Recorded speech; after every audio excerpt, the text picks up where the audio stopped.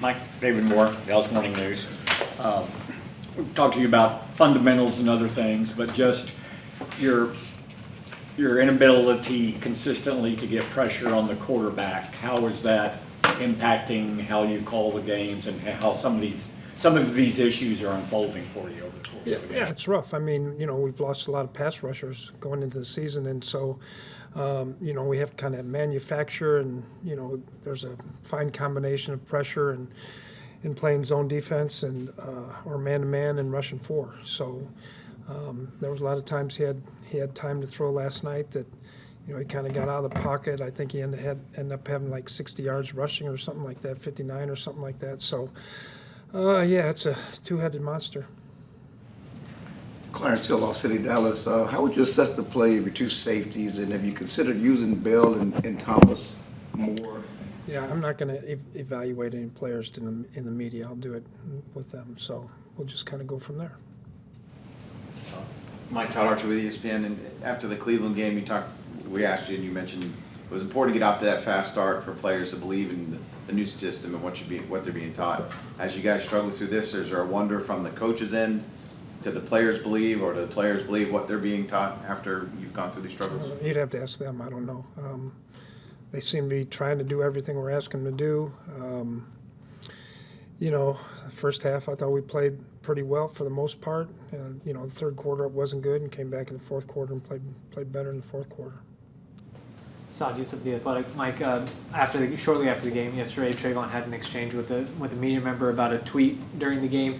How do you balance that with this younger generation, and do you talk to them about the outside noise and all that stuff?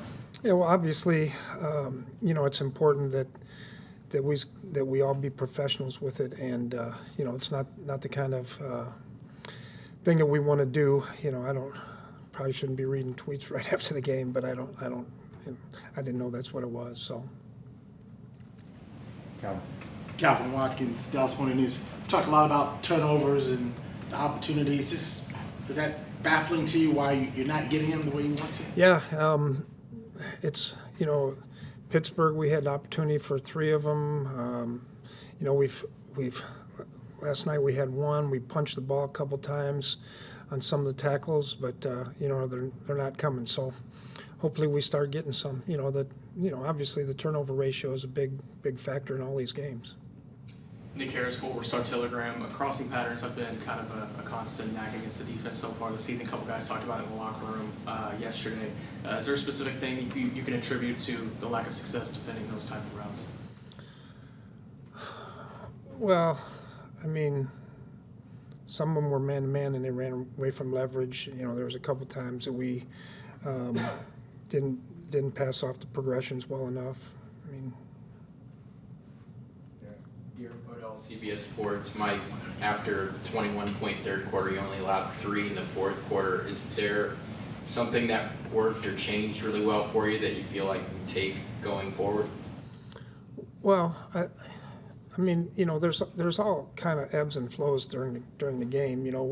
We changed some things up going into the game. They changed some things up coming out of halftime. We changed some things up during the third quarter into the fourth quarter, and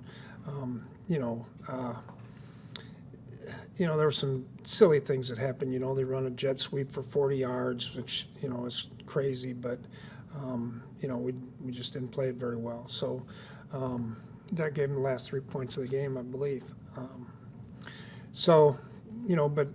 We had opportunities to win the football game, and right now that's what we're trying to do, is have chances to win the games at the end. Mike Edwarder, WFAA. I know this question would probably be better in another format, but we only get you once a week. So looking ahead to the game this week, Kirk Cousins, obviously a guy you know very well, was your quarterback in Minnesota for a number of years. How do you assess him, and how can you use your knowledge of him to help your defensive performance? Well, Kirk's got a pretty good knowledge of me too. He used to go against us every day, but he's very, very accurate. Takes good care of the football. Very smart, and be able to get in and out of plays. I know he had that Achilles last year, and so they're using him a little bit more from the pistol than they were before. But you know, he's always had a really good long ball. He's always been very accurate. You know, he's not going to move around as much as, you know, like guys last night. But he's a good player. Christy Scales, Cowboys Radio on the Fan. In regard to the need for takeaways, after the game last night, DeMarvion was saying that on that sack, he wished that he had, you know, punched for the ball, and it was a good play, but certainly a possible opportunity for a takeaway there.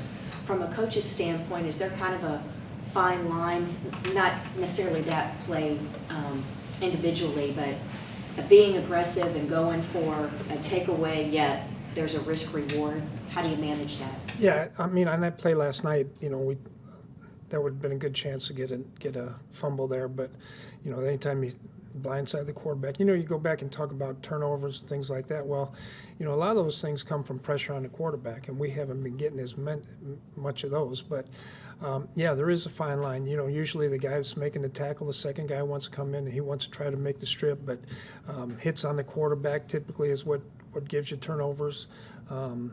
You know, and you know, sometimes obviously tip balls, which we haven't been getting very many of those either. Tom. You mentioned not having the pass rushers that Micah, DeMarcus, Elon, and those guys. Do you feel handcuffed in a way in what you can do pass rush wise, or is everything still available to you? Well, I mean, it's available. It's just not going to be probably as dynamic as what we anticipated going in. But so that's why we're trying to do a few more scheme things where, you know, we're trying to get a fifth rusher. You know, some of the times last night when I don't know, whoever asked about the crossing routes, you know, we're trying to get fifth rusher in there and we're man-to-man and guys are running away from leverage.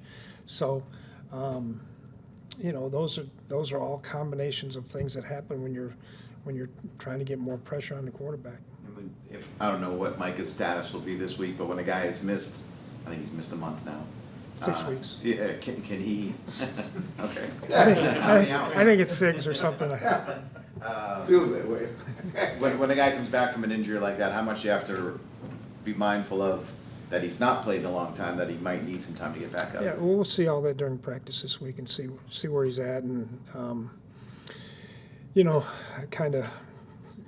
I'm not saying pitch count, but just we got to see where he's at. Before, you know, he hasn't been out to practice in 5 weeks, I guess it is. Mike McCarthy talked a lot about communication offensively. Where do you stand with communication on the back end and even the linebackers and that kind of thing? You know, Kendricks is in there. It's usually pretty good. You know, so that helps when he's playing because he kind of runs a show about, you know, what things are going on there and how to get in and out of the checks and things like that. So, yeah, I think it's been fine. Even on the back end with your safeties and your corners and. Yeah, I think it's been fine. I mean, we've made mistakes, obviously, but you know, it's not anything glaring.